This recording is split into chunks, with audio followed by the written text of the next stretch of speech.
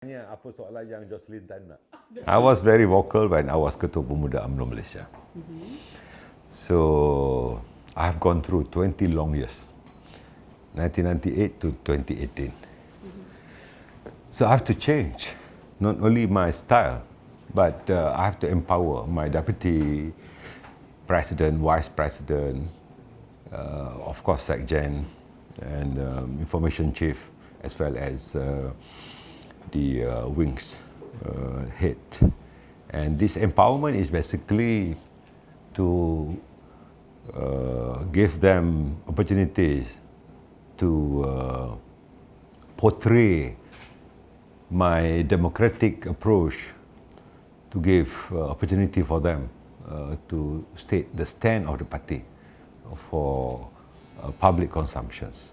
And some quarters has seen it as my weaknesses in managing the party, because they fail to see that the party should be together and any statement should be based on collective responsibility.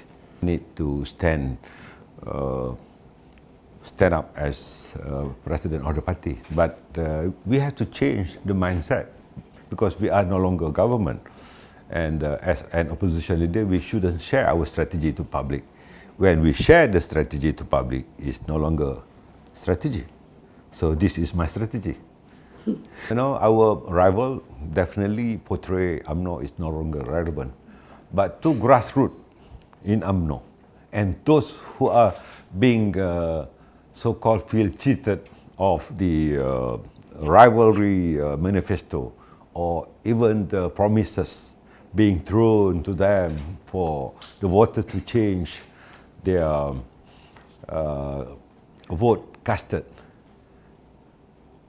We feel UMNO is relevant because we have to change from a service-oriented party into an issue-oriented party, because so many issues which I think we need to fight for the people, for the rakyat, because rakyat feel that their new hope and the New Deal, which is promised by then the opposition party, is not fulfilled. And now it's our right to portray the dissatisfactory of the people to the current government.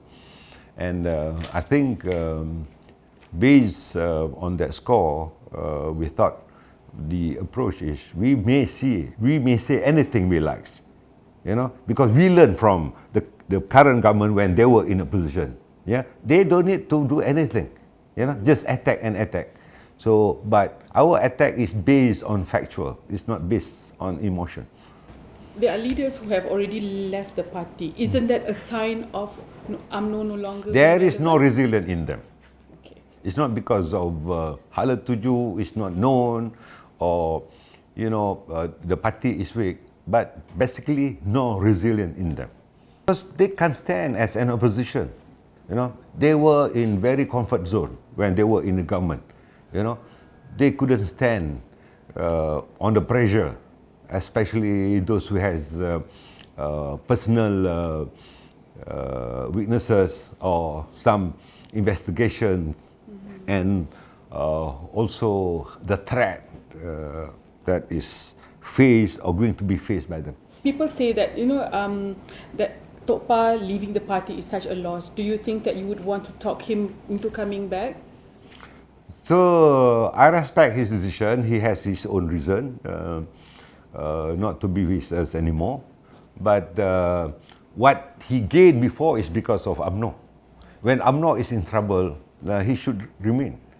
But that is his choice, and nothing can stop him from moving to any party. But I reckon he will be regretted when the political scenario will change later. There is always light at the end of the tunnel, but how we do it, I think we may translate that we are not only opposition, but we are government in waiting. We are working with spies based on the pact in opposition. If the needs arise later on, then we will discuss when the time comes. How do you explain this to MCA, which very much object? They understood. You know, I talked to Datuk Seri Liao and Datuk Seri Wika Siong. I talked to Tan Sri Wiki and Datuk Seri Dewa Mani. They understood because this pact is purely based on opposition pact. So the issue of BN being automatically disbanded will not arise? Not at the moment. Not at the moment.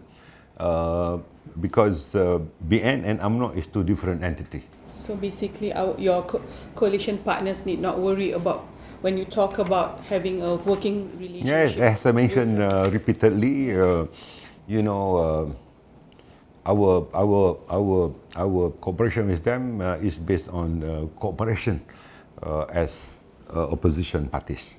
How do you plan to work on reviving Barisan Nasional again? Because now people think that BN is. I'm going to state the stand and the plan during my policy speech on the 29th evening. But I think BN as an entity should not be retained.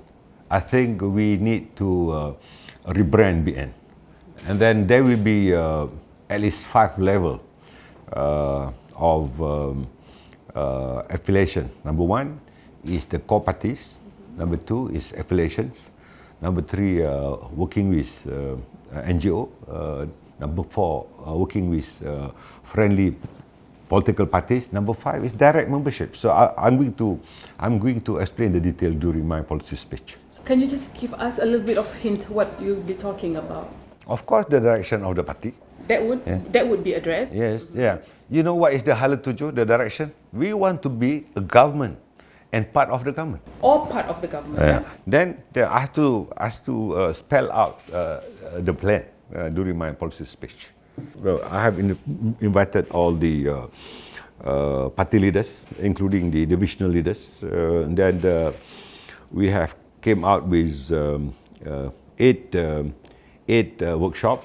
And then we have also discussed detail and decisions how the party should be going forward.